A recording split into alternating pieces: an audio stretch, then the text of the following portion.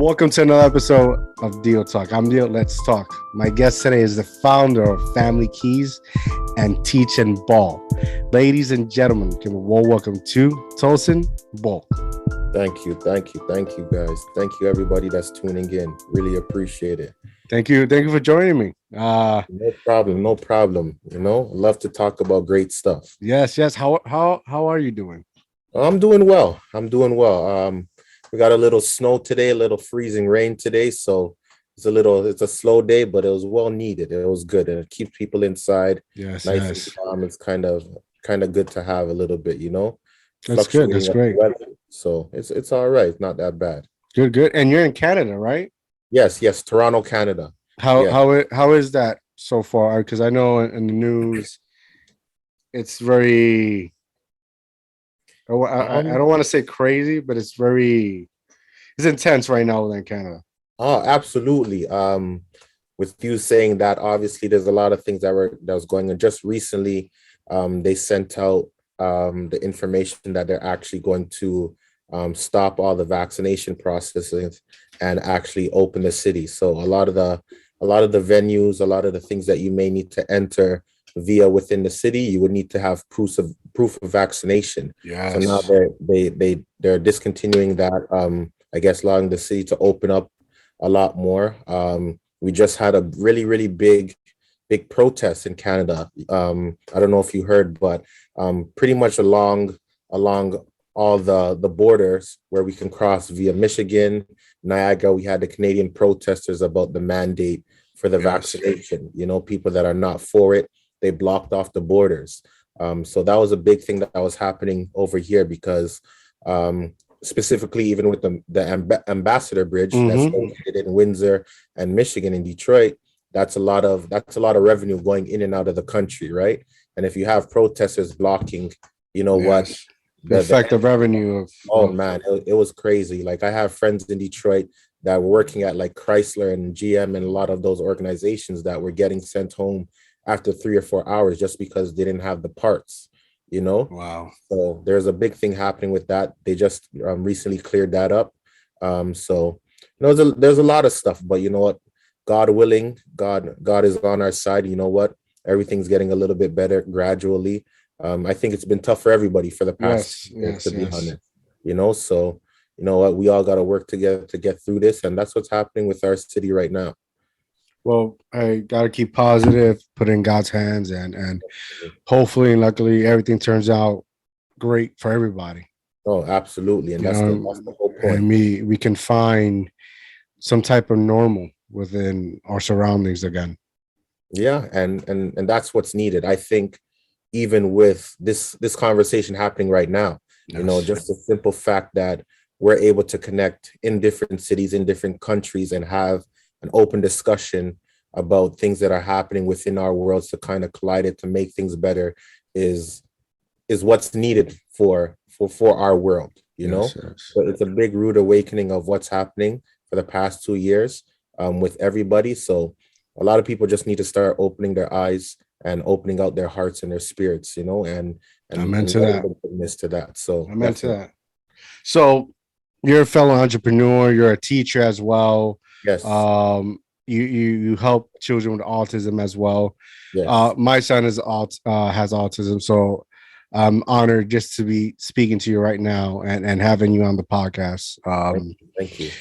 So let's talk about what's your brand about, Family Keys. Like, what inspired you? Because you have a dope shirt on. I love the logo. I love the design.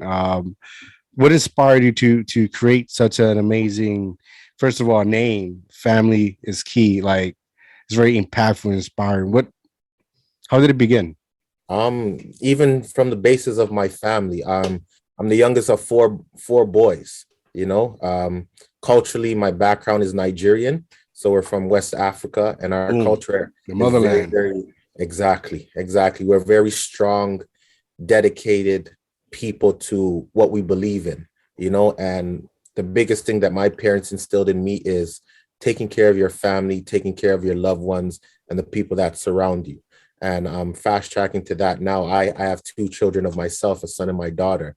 and I would give the world for them. I'd try to do anything possible that my two hands can do. My 2 feet can do Yes, for them. yes, That's the most yes. important thing. With the name itself, if you do obviously look into the dictionary, family is just an organization of loved ones through bloodline or even through friendship. Those are two things that coincide. It's a well knitted, close knitted group. And for Key, and specifically for my brand, when I do show it and different things like that, I have the key in gold, and it's a sense of importance. It's very valued.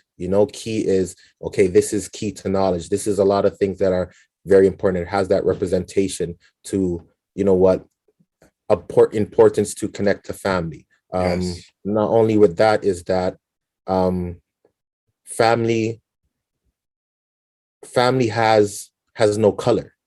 It's Mm, transparent. And me being an educator and dealing with a lot of different ethnicities, because Canada and Toronto is very diverse, very, very diverse, many multiculturals across the whole country.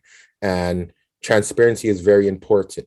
We're not judgmental in the sense of, okay, you come from this country and you need to be over here, whatever. Everybody's everyone, and we're all clear in a sense. And that's one of the biggest representations that I want to present. I have family that are half Filipino. I have family that's half Somalian. You know what? I have my son and wow. my daughter are Nigerian and Jamaican, and those Yes. are the different cultural things that are connected to my brand, and most importantly is that I feel that my purpose in life is to give back and be a caregiver.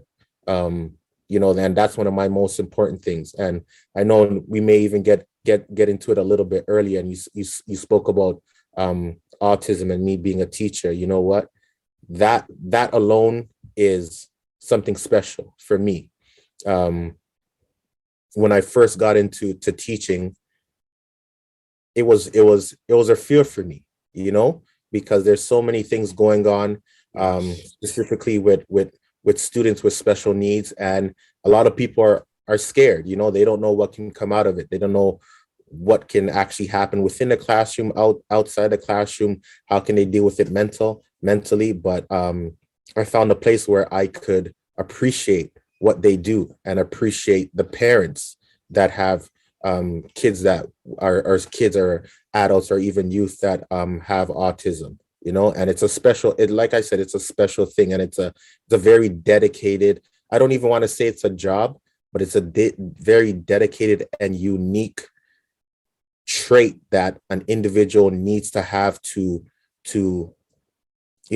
care for somebody that has autism, or special need, little things like that. So pretty much what drilled me to start my brand is definitely my experiences. I go back to my culture, I go back to my own family, I go back to me being the youngest out of 4 boys, I go back to the multiculturalism that I've seen in my neighborhood. Little things, we bonded so much, and there was Hispanic, there was Black, there was white, but regardless of the situation or what color It we were didn't all matter. in that community, and it was all love. It was a great feeling. I can go to anybody's house in any single building, and it was welcoming with open arms. It was a beautiful thing. So in terms of me bringing out my brand, that's what stemmed it out for me. That was my root, giving back to the people, representing my parents, representing my culture, and representing the person who I am, which is more important, like an open provider and caregiver. Wow, it's very inspiring. It's well, thank you for sharing. No First of worries. all, it's beautiful. It sounds like you're one of those people that just wants to leave this world in a better place that was given to you. No, definitely, and definitely, that's my goal. That's, like I said, one of my purposes in life, my being. And if I can do that fashionably, I would love to see that, because that's something that a lot of people, they want to look good at the same time. But if you're looking good, what is your representation on you're looking good? We all have seen various things via Nike, Reebok, Gucci, Prada, whatever the case may be. But a lot of people don't know the the story behind that it's brand. just a name. It's not. Exactly, you know? Yeah. So that's the thing. I want to be able to see you in a distance and me walking down the street and we're wearing the same brand. You may have got it from the owner or the founder, but your representation while you're wearing it is your family, is your son, is your wife, you know, and you're doing it in style at the same time, Yes. you Yes. know? So a lot of people tend to, I guess, face somewhat of the I guess the imbalance of wearing something and representing something, and if they're allowed to put it in style and different things like that. I know a lot of people, I guess, in some instances, had a strong if and ands or buts of representing or wearing something that is very spiritual, you know, things like that. But if it's something that you believe in, you know what? Rock it, wear it, make it look cool, make other people see what you represent, make people believe in it, you know, and that's how we need to do. And those are the things that we need to continue to do. So that's why I started off my brand. Um, just a big representation of me, my heritage, my roots, going back to Nigeria every so often, anytime that I can, like, and seeing the development of things that, you know what, a lot of us North Americans take for granted, you know, things like that. And you know what, putting that into my brand, putting my love and my heart into my brand and sharing that with the rest of the world. That's beautiful. How long you been on this journey? I've been working on this for about, I'm gonna say maybe 4 or 5 years. Wow. It really just started off as a hashtag, you know. I had my son, my first son, he's 6 years old now, about to turn 7, but just see him grow from an infant to a toddler to a toddler to a child to, you know, it was amazing. You know, it's a life-changing experience. And then now I have my daughter, and she picks up on everything. You know, she's quick. She hears a song, she wants to sing. It's everything that you ever would dream of. And for me personally, in my opinion, and what I feel, that most people would want to do and are doing at this point, is Mhm. that once you do have a child, everything is dedicated to them. You want to leave your Yes. legacy on your child. You want them to know that you've been a good person and you've helped others. You want to transcend that same type of attitude to them, so that you know that your spirit's living in them.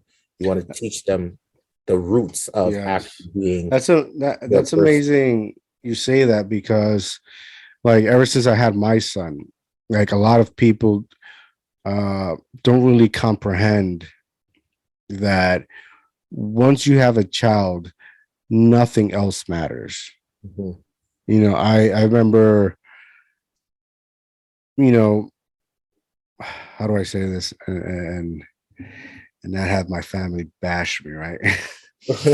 um when I before my son was born, uh my family, they're badass, right? Mhm. But they can be a bit challenging, as I Mhm. can be, right? As normal families can be. Yep. Um, and I was really put in a predicament in which, you know, my wife versus my mother. Yeah. You know, as being a husband, we tend to be put in sometimes, right? Mhm. And I didn't want to deal with it, in a sense of like, the way I carried it was, that's not my problem. Yeah. You guys fix it. Mhm. Because I hate to be put in a predicament that I have to pick and choose, and I'm not going to choose or Yeah. pick, right? And, you know, when my son was finally born, you know, that's it. That's it. That's it. Nobody else matters but him. Yep. Nobody else matters but him and only him. Yep. And, you know, as the year, my son is 5 now, right? So as the year progressed, you know, sometimes I get sad because without knowing, I've distanced myself from them Mhm. and from friends and from whatnot, you know.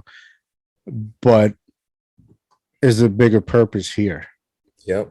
You know, the way you move, you structureize your life, you have to evolve and grow, because Absolutely. if you don't, then what, like you said, family is keys. Yeah. What are the values you're passing down? Mm-hmm. So as slowly time has progressed, I've been seeing and creating values, and family values is totally different than religion. Oh, for it's sure. it's not the same, For you sure. know um and yeah, and I'm happy that I've gone through this journey, and I totally understand what you're trying to put out there, and it's totally beautiful. Oh, thank you. God bless you for Thank you very much. for creating such beautiful thing. Oh, thank you very much. And these are the moments that continue us as pure people to continue on with our journey and work extra hard and do a bit more every single day, because you know what, we have a goal, we have a purpose, we have something that we can live as long as we could for, and that's the most important thing, to keep on pushing and striving and trying to do great, not only for ourselves but for our Mhm. children and people past that, Mhm. And you being a father and a teacher, you can relate when I say that, like, like, take me for example, right? There was a point in time before I got married, before I had kids, I truly didn't care. I Mhm. didn't care what people you know like saw me as or Mhm. said things. I didn't care. And then today, and somewhat, I don't, but I do care how my child sees me. Yeah. So I have to walk a certain way. I got to talk a certain way. I got to look a certain way. Through the through his eyes, he's seeing me, and I have to show him to be a man, a person, a Yeah. human being. Right and wrong, and some people can look at that and not care. Yeah. But then there's gentlemen like yourself that is trying, and it's difficult because Oh, you're gonna very. when you're trying to do something right, it doesn't mean you have all the answers, Mhm. or you're know everything. Is Mhm. You're trying, and you're gonna stumble, but through those stumbles, you continue to learn lesson and better, Yeah. right? And some people are gonna have trouble understanding that or even relating to that, and it Mhm. gets really lonely. Oh, And people that used to be surrounded with you now disappeared mhm. because you change and you prioritize what's more important, and you set goals for yourself and standards. Definitely. So Definitely. I commend you, because it's the journey is tough, but it's not impossible. Oh, and that's a good point that you made, because I can honestly say my journey's been tough. Culturally, um, Yes. even my name alone, I've been to a lot of stages in my life when I put my name on a resume that I know I didn't get the call because they couldn't pronounce my name, little things like that. And as I'm growing up, I'm learning that, you know what, because my name is a certain way or comes from a certain descent or culture or anything like that, they're not going to call me because I may be labeled or even stereotyped as this type of individual before I've been met.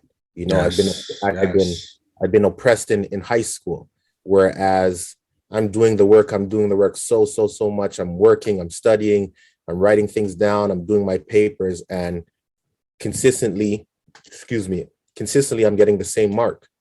I'm getting a 66, a 67. You know what? And I was like, you know what? I worked really hard on this. This doesn't make any sense. I worked extremely hard for this. I believe within myself I deserve this grade, to the point that I have to be mindful, sit back a little bit and see what I can gain or what I can do to change this narrative, you know? And the example that I'm actually using now in high school, that I actually changed my name on a paper to a fellow student, I made it seem like this student actually submitted his paper a little bit early than everybody else, but it was actually my paper with my name on it. So I submitted that and got the marks back, but obviously at that point, I didn't submit my paper.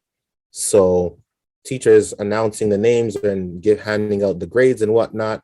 And she gives that paper to the person that I wrote their name of.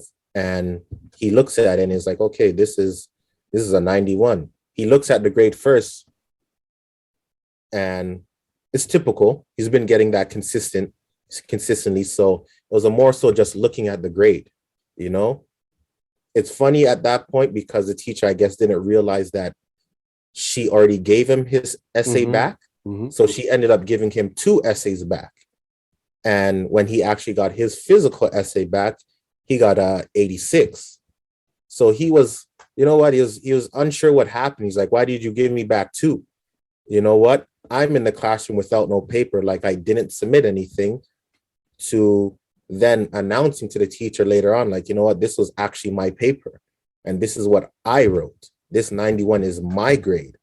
So in comparison to that, that's when, you know what, it put a shock on the teacher on my capabilities and what she's been neglecting for quite some time as a student, to even, I guess, showing my parents that I've been trialed unfairly. You know, things haven't been doing the right way for me, because obviously, even with my background and my parents, school is very important.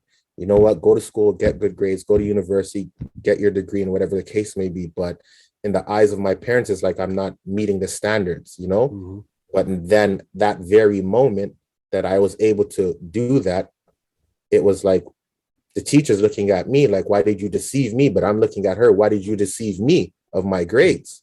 You know, you've been holding me back for a lot of these times, whereas I had to change the name to actually get the proper grade that I've been deserving. So those are the little struggles that I've been facing as a youth, even still at this very same time as an adult, being a Black male adult, as a teacher, you know, little things like that, that I still do face right now. But my work speaks for itself. I'm in the position that I am because I have done what I'm. It's because you're from another country, and probably you have a thick accent that they don't see that.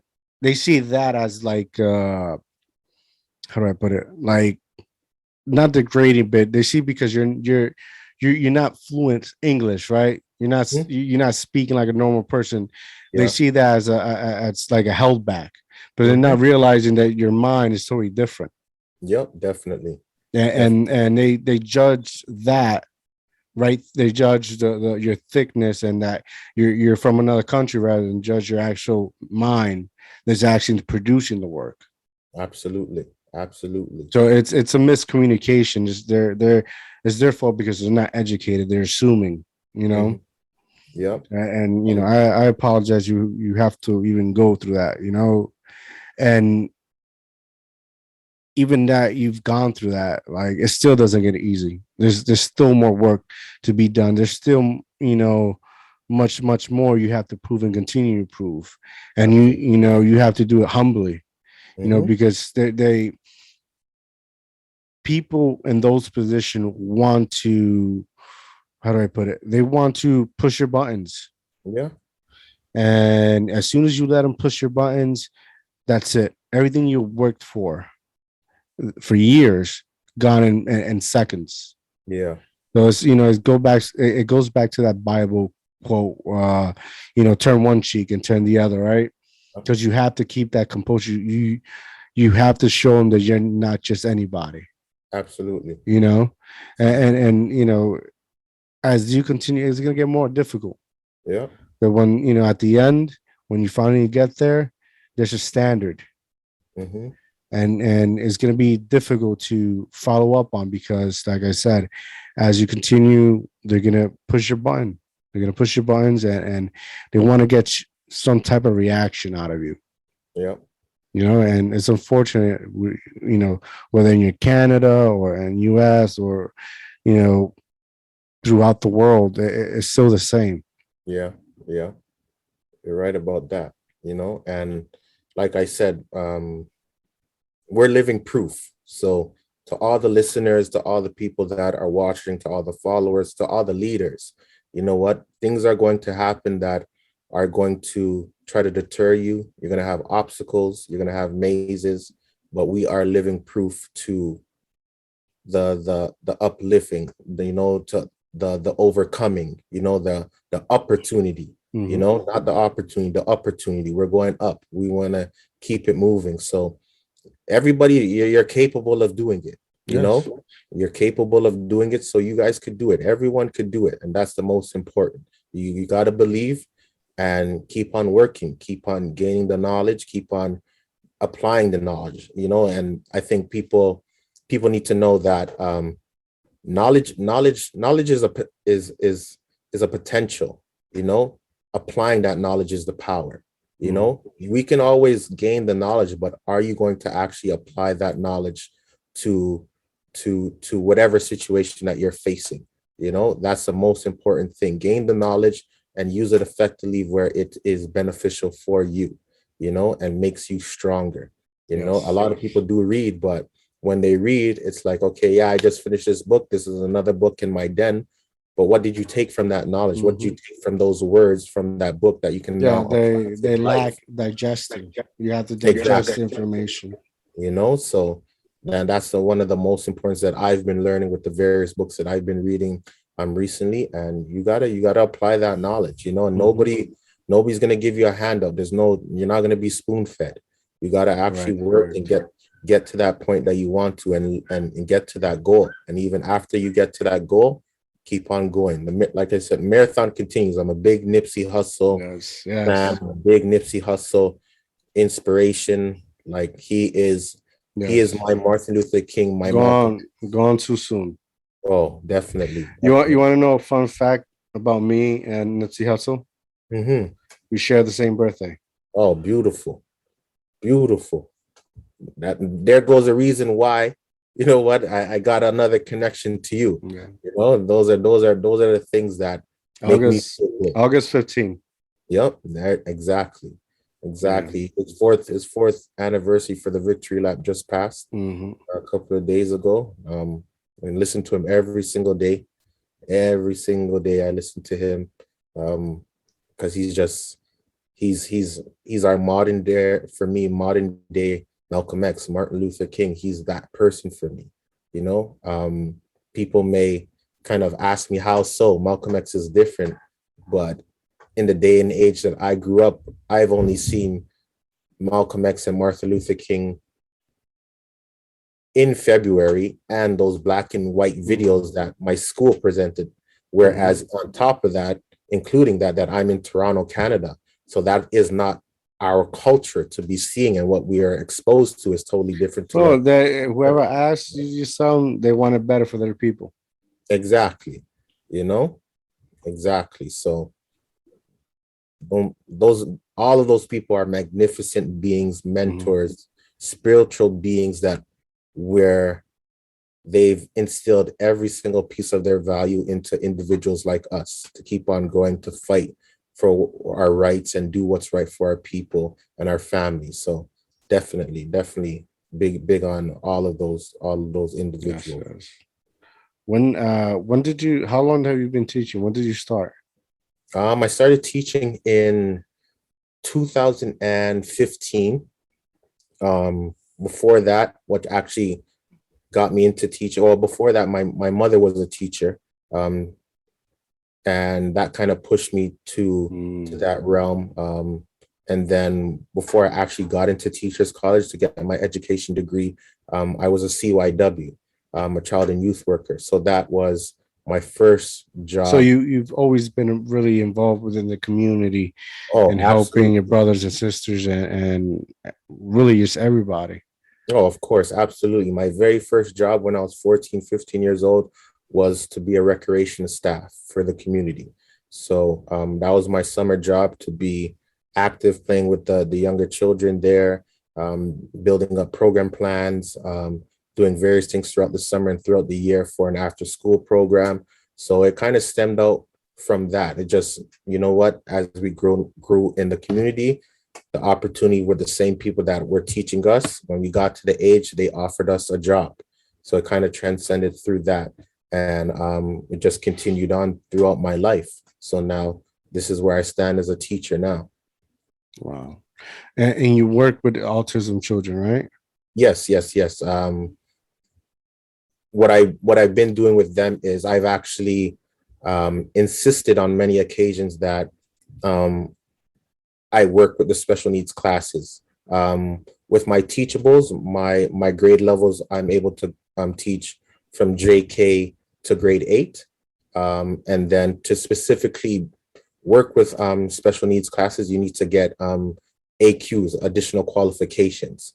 I don't technically have that, but being that I'm not a contract teacher now, I'm a supply teacher. I pretty much pick and choose what I want to do and how I want to do it.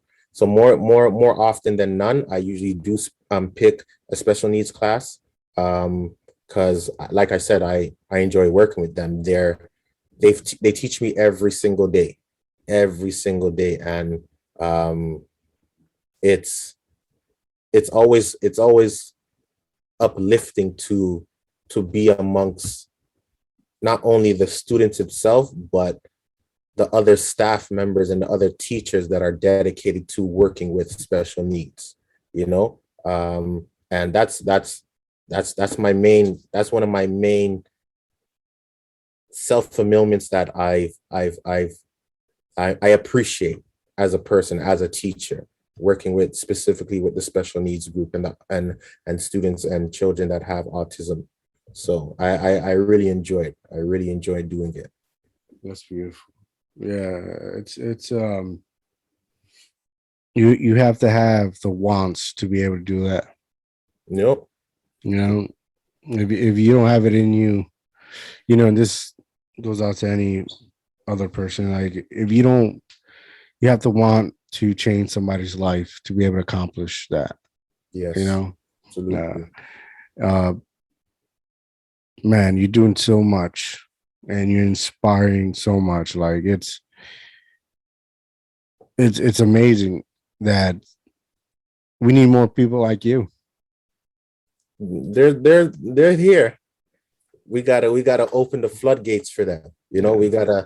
we gotta recognize them. That's something that I would definitely want to work on too, recognizing the people that are not seen. You know, Mhm. I'm not saying that they want to be seen, but we need to show that we appreciate their work, you know, and Yes, things like yes. that. So that's one of my goals with one of my with my brand, and something that I do want to implement um, with one of my products that I'm hopeful to release just before April, and have some of my proceeds go to an organization that helps out with autism awareness. Um, like I said, I do obviously appreciate the teachers, but I do appreciate the CYWs and the educational assistants that take a lot of the workload with the special needs classes and whatnot. They do a lot for them. So hats off to them. And you know what? Yes, yes. I, we appreciate everything that you guys do. Wow. Talk to me a little about what is Teach and Ball. Oh, so Teaching Ball is a not-for-profit organization that I started with one of my close friends, Junior Kadugan, um, based off of both of our experiences.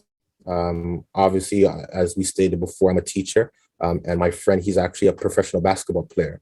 Um, he is uh, um, my brother. You know, a lot of conversations we've talked about. We've known each other since grade 1, grade 2, grade 3, around that area, that Mm-hmm. elementary stage, and in different parts of lives and different organizations and different communities.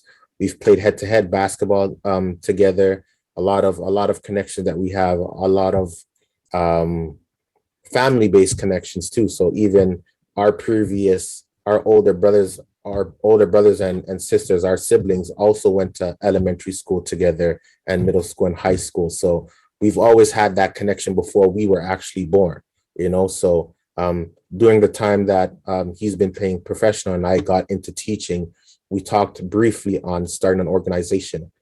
With him being a professional basketball player, he was a lot more occupied than I was. I was in the stages of it. So I slowly just started to build. And just the same way how I was just speaking about my family and being a teacher, it is a mentoring tutor. It's a mentorship as well as a tutoring and a sports program. So we've been implementing all of these different programs that we're able to facilitate within high priority neighborhoods in Toronto. So our goal is to obviously start with a few communities mobily as well as stationary, but try to, as best as we can, extend throughout the whole city as well as internationally, um, anywhere possible, anywhere to get into connection. So with various things that we've already done, we've done a basketball clinic in one of our neighborhoods in the Malton community neighborhood, um, as well as we did a few workshops, a paint night for some of the kids in the neighborhood, and it was a good thing. It was a good feeling. It was a good safe zone for the community, in that community as well as others around the city. The violence level has been going up, so we have a lot of parents and children that don't feel as safe as they used to. So being that they had a safe haven to come to for that time being, to get whatever they want to get out, play basketball, paint, do sports, talk, do anything like that, was a good feeling for our us as an organization as well as the parents in the community. So that's something that we started. COVID actually slowed it down, but we're in the midst of picking it back up. And we have a lot more extended programs. The educational program included with the basketball program, and we just included a soccer program where grade school kids can get basketball training, soccer training, and then obviously educational help in any field that they're in need of. So slowly but surely, we're working on it, working on our website to get things established. But it's an organization that I feel that is needed not only within the communities of Toronto, but definitely worldwide, as much as we can expand it too. So that's our goal, to try to expand it as far as we can. I think collectively with all my executives, part of my team, my close-knitted friends and people that I've gained good relationships through school with, we got a great bond, and it's going to be a good thing. It's going to be an amazing thing. And you know what? We want continuous support from our community, continuous support from our parents and people, individuals like you.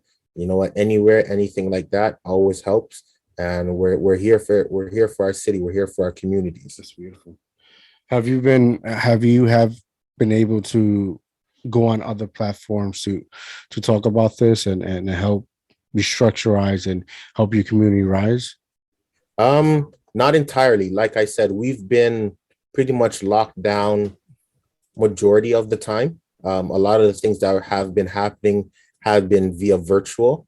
But me personally, I'm a hands-on person. I like to see everybody's body language and get in tune with them that way. So it's been very, very difficult being virtual and doing things through the screens and whatnot. But now that things are definitely opening up, we do have the platform of actually being in schools. Like I said, I'm a teacher, so a lot of networking has been happening through that via principals and different districts in the school within our city. So we've been building a lot of connections through that to try to reestablish ourselves as that organization that is here to help. Beautiful. You mentioned the parents now are not being safe within the community. You think that's because of what's going on with the riots and the freedom fighters of COVID masks and all this going on? Yeah, it's a lot of things. It's a big thing that is difficult because nobody knew this would happen. Yes. It was nothing that anybody can prepare with, no matter what age you are, what age group you are. A lot of people lost their jobs because they had to stay home and care for their children. A lot of people had to find random babysitters because the daycares weren't open, where more financially now they have to come out more out of their pocket. A lot of people had to get vaccinated to keep their jobs so that they can continue to feed their family. So it's a difficult thing. And at the same time, it's a lot of idle time for the kids. It's a lot of sitting down at home and looking at a screen and not getting fresh air, where, you know what, idle time does tend to just pick up bad habits. You know, it's a difficult thing. I think a lot of children now actually realize the uniqueness of actually going outside and playing in a park and Mm, interacting with yes, your yes. friends. That piece has been missing for 2 years, where you can actually go outside and go on a swing and go down a slide. Whereas a lot of the children now are on the screen, on YouTube, playing video games, on Instagram, on their Discord, on Twitter, on TikTok, all of those things, where it kind of it kind of stuck into your head that, you know what, I don't want to be doing this every single day. It hurts my head. Like, I can't just look at a screen all day. I want to get outside. I want to experience things. So it's been a little difficult, and I think that's part of the reason why a lot of fumes have been in the air with anger, and, you know what, a lot of violence and different things like that, because there wasn't no activity. They weren't able to release that energy in any other way. You know, it was second guessing yourself if you can even go out for a walk. It Yeah, was, you know? it's when you keep like take my son for example. My son, if he needs to release energy, Mm-hmm, right? So if you have your children at home and they're used to having a routine, waking up, getting ready to go to school, majority of your life until they become of age, that's what they do. mm-hmm. But they don't have that no more. Yeah, So you're forcing people to stay in your house, and you're promoting it as like if you got to stay in your cage, yeah, you know yeah, and it's driving people crazy. Listen, no, no human being is meant to live in top of one another and so yeah, close. We need our space. We yeah, need, it doesn't have to be, crazy, but we need a room to think and not feel overwhelmed. yeah, yeah. And this pandemic, listen, I'll tell you this much, right? This pandemic either made you or break you. Oh yeah. If you were one of the people that just got laid off or took advantage and applied for unemployment and didn't do nothing but Mm-hmm. sit, on your butt and just enjoyed it as a vacation. And now that things are opening up, you're worrying because there's no unemployment now. It'll break you. But if you're one of those people who never stop hustling and took this opportunity to build your business, Yep. create a business, do something, uh, there's hope for you, you Yeah. know. Um, but it's been, this pandemic. It shows who you're really married to. Yeah. You know, a lot of people got into used to years of routine, dropping their kids out of school, let me go to work, and not Mm-hmm. really getting to know your kids or not really getting to know your spouse because you've been stuck in this routine for so many years. Yeah. So for Yeah. a lot of and I count myself in that. A lot of us, it either makes you or breaks you. Yeah. Yep. Yeah, And yeah, and that's a you hit it right on the nose. You know, what did you do within this time? yes. Did you reflect on a lot of things that you could have changed? Are you still stuck in the past? You Hmm. know, are you still stuck? What did you change in your life that you didn't want to do before? Things like that. And I think that was the most important thing for me myself during this time. You know what? How am I going to come out of this pandemic Hmm. and be an impactful person for my loved ones? You know, the impactful person for my city and my community, little things like that. And you know what? I'm glad that I'm doing what I'm doing now. You know, I'm glad that I kept it moving. My feet were still going, and I've learned um, more more disciplined actions to make myself better.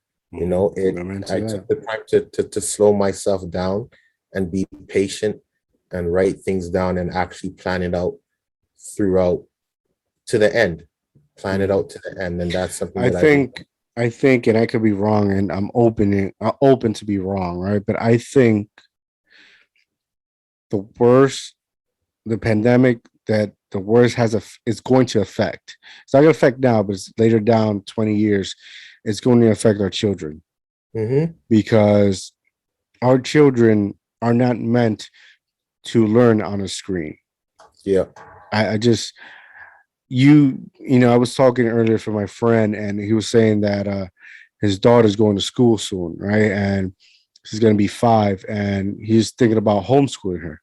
Mm-hmm. And they said it's fine, but she needs to stay in front of a computer sitting down for 6 hours. Yeah. You're telling me a child that's turning 4 to 5, right? That's been home, and or if majority of the time it's been home because of the pandemic the last 2 years, right? So she's used to having this, being a kid, playing Yeah. with her toys, running around, being a kid. You're going to tell me that she can sit down for 6 hours. There's videos on social media that have gone viral of their children just falling asleep in front of the monitors. Oh, yeah. You And know, that's been happening within the classes too. yeah. A kid will turn off his screen and you'll call out their name and they won't answer. They Mm-hmm. won't answer. You won't hear from them, little things like that. Yeah. They're obviously left the computer or they're sleeping, little things like that. And it's a difficult thing. Mm-hmm. Trust me. Very, very difficult. And the lack of education, because I could say a person to say a kid in 8th grade, right, could sit there, 6 hours, 8 hours, all right, but doesn't mean he's grasping anything. Yeah. I could be there and I could be maybe sleeping, like who knows. And that lack of commitment and education is not going to affect us now. It's going to affect us down the road when they're in their 20s. Yeah. There's a large gap here. This has been going on since 2020. We're in 2022 and it's still going on. Mm-hmm. A year can make a difference. Definitely. 2 years can even make more difference, and I could be wrong, but yet you never know. And like us going back to it's us as parents and adults to take advantage of the time to teach our children what could be done within this time, what needs to be an educational moment, what needs to be learned in this time. And you know what, those are the things that I try to take the time to teach my kids, even cultural things. A lot of the stuff that I do speak to them, obviously English is my native tongue, that's what I speak, but anything that I can speak via my language, which is Yoruba, the Nigerian dialect, I try to tell my kids those type of things. And it's just general things, stand up, sit down, say please, what I would say that in my language. So just so they're getting that cultural feel to their lifestyle. They know where they're from. They know where they're coming from, little things like that. And instilling those same values that I've learned from my parents, little things like that. So obviously, even being a teacher myself, a lot of the times that I'm with my son, we have a pencil and a book, where we're not looking at a screen. We're learning math on scrap paper, because that's how I learned. If you can't get it, you're gonna get a piece of paper from the recycling. Yeah, and what's beautiful about your culture is that they don't want entertainers or superstars. They want lawyers. They want doctors. That's it. They want they that. instill that up from get. Yeah. They don't care about you singing and rapping or not. They want things to be that honestly it will be impactful in society. You need a lawyer. You need a doctor. You need a scientist to fucking screw my language to figure out what's going on with this virus. Somebody you can trust, educate it. No, absolutely. And that's the beautiful about your culture, because they don't BS. No, not they at all. know what they want. They sacrifice everything to come to this country, to bust their tails, to give you an education. I remember I had a good friend, right? He was telling me a story that he sent him and his brother, he sent them over here. And his mom was busting his tail over there in Ghana, I believe. And I apologize if I'm mentioning it wrong. And while they were living it up, being social life over here, partying and whatnot, they did not know the struggles their parents had to do to just send them money so they could go to college. Mm-hmm. The Yeah. sacrifices, fucking cleaning toilets, Yeah, dealing with no, people's shit, like it's opening doors. no, it's People, crazy. people, they say you have to be civilized, but civilized people are the most savage people around. Yeah, yeah, and those are the leading experiences that I've got to see with my culture, going back to Nigeria and going back to the village where my parents were born and raised and seeing how they live. Those are the appreciation moments that I got to see as a youth as well as an adult, and those are the things that I keep on, like, I'm drilling, like, as a person, as an individual. I gotta do something, because I can honestly tell you, I went to Nigeria when I was 15, 16 years old. And I went 2 years ago before the pandemic. And in some instances where my parents were raised, it looks exactly the same, and that's over 15 years, little things like that. So I have a great sense of appreciation of where Yeah, I'm you have from. that great saying, the immigrant mentality. Mhm. The immigrant mentality will come here and bust their ass until they build their empire. And it's Absolutely. been done multiple. It's been done a lot.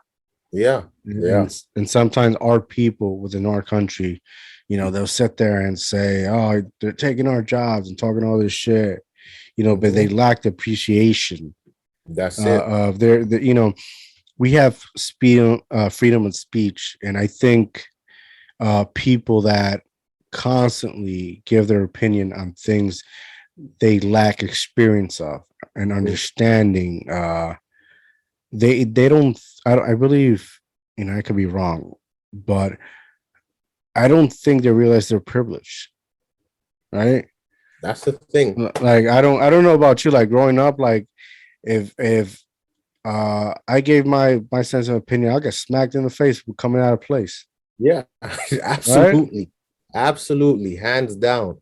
Like, we're on the hierarchy. Like, I couldn't really even say nothing unless it went through my oldest brother. Yeah. Little things like that. Like, yo, you don't speak. If you have something to say, you speak to your older brother and you let your older brother say it to me. Little things like that. And that's just a respect issue. That's just, what? You respect your elders. You do what's right. Those are the leading casts. And going back to even what you're just speaking about individuals speaking about things that they have the lack of experience. I think, don't get me wrong, I think this is the golden age of how a lot of people can kind of establish themselves as an individual, as an organization, excuse me. But I think social media has actually taken away a lot of that that that experience, because I feel that in some instances there's a lot of doctors, there's a lot of lawyers, there's a lot of people able to tell you something on social media that don't have their doctrine, that haven't passed the bar, Mm-hmm. and these are the same people that have 20, 30,000 followers, and you Mm-hmm. have people listening to you, and you're misleading them with information that God knows where you got it from. But it's also like, and I quote the mighty Jacob Kanani, who's from Toronto, Canada, as well. I think from Toronto, that he moved due to what's going on. He moved to Mexico. Yeah. Um, you don't have to be a doctor to educate yourself. You don't have to be a lawyer to go up and these are things that they're out there. Yep. So if I go and read 6, 7 articles about something, and those articles, I'm going off of those articles. That's not the person's problem. Wrong. That's the people releasing. So that means you're releasing false documents. Yep. Exactly. Exactly. So you don't have to be a doctor to educate yourself on Mhm. things, right? And like you said, it's difficult nowadays with social media. Like back in the day, you'll go online. It's so many professional, well done websites. Now everything's a blog. Yeah.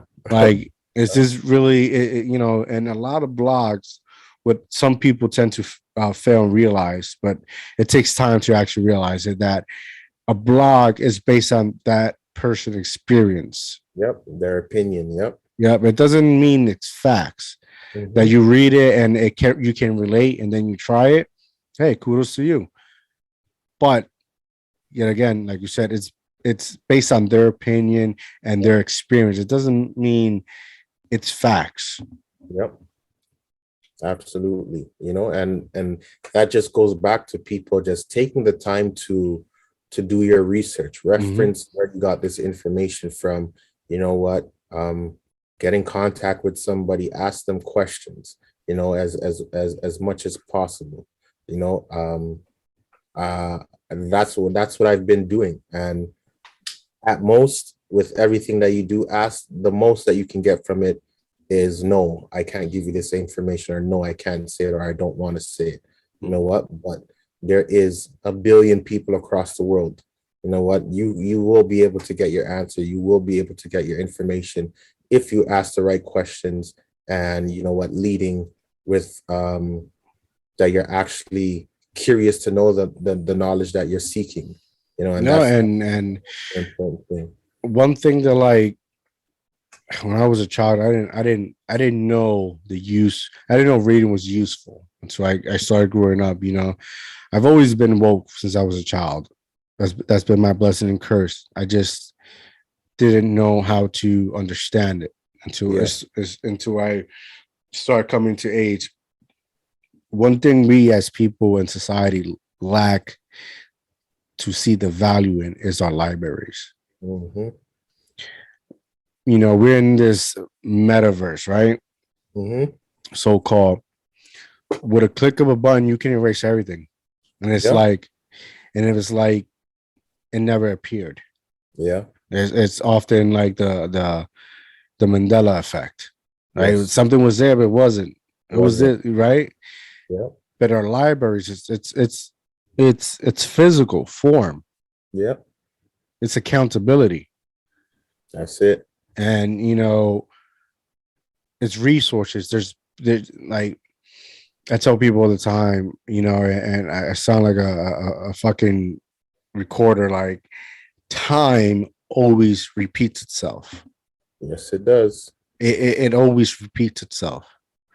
And majority of the time, the outcome is always going to be the same. Is because the lack of wanting to understand it, and sometimes to understand things, you have to go back. Yeah. There was the virus, uh, COVID-19. Before that, there was Ebola. Ebola, Before, anthrax. yeah, before that, until we get to the plague or whatever. Like, Yeah. you know, things always repeat themselves. Hmm.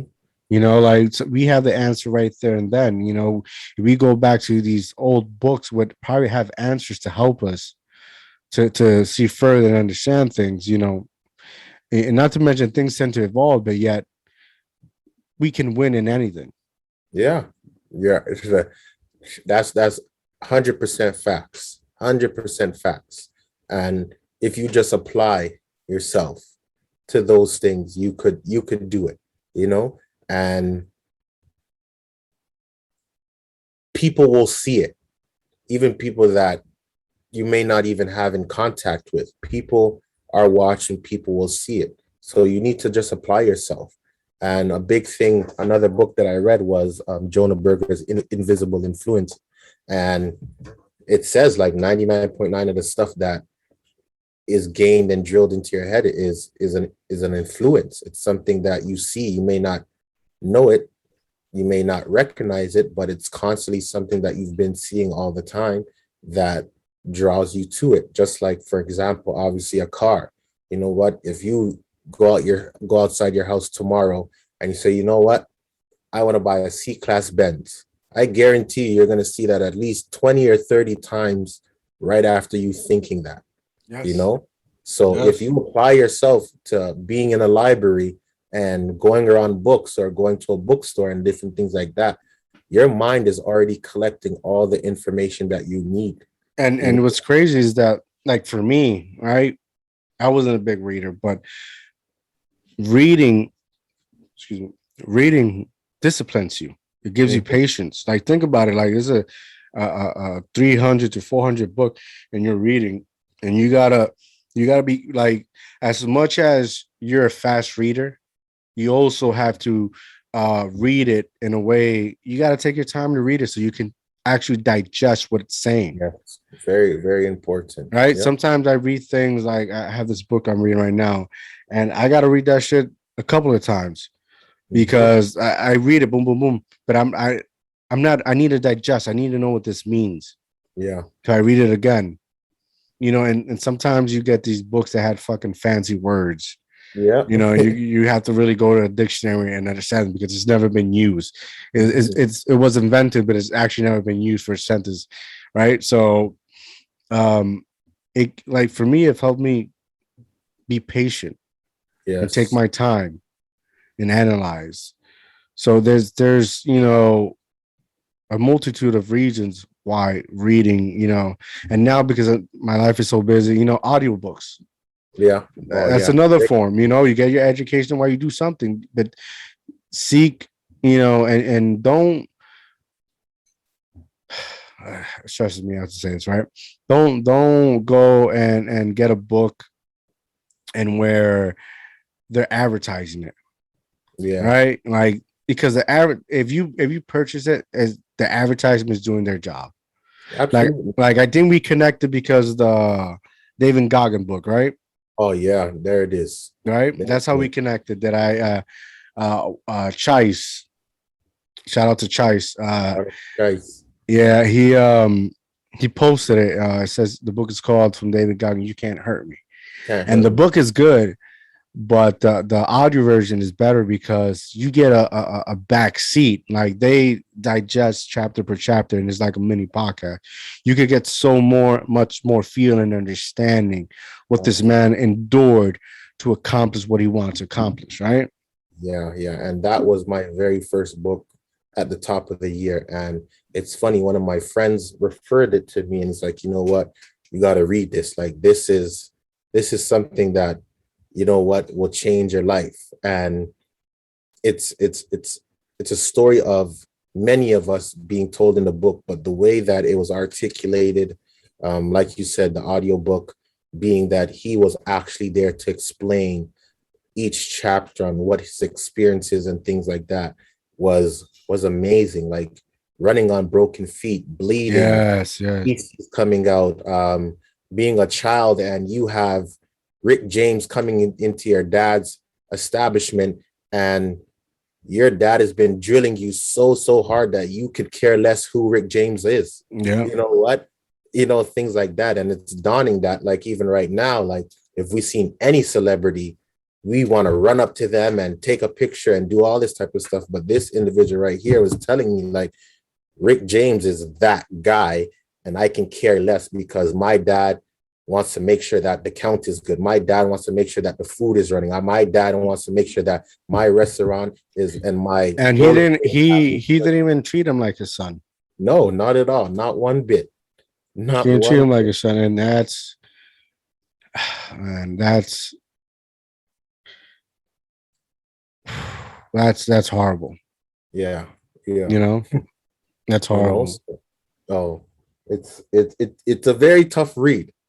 Very, very tough read. Not so much obviously the words that are being used, but to actually visualize Yeah, experiences that, detail, yeah, detail. You, like, for me, like, I used the audiobook one, and I listen to it. It's like I'm in my head. I'm imagining this picture, scene by scene, and how everything went down.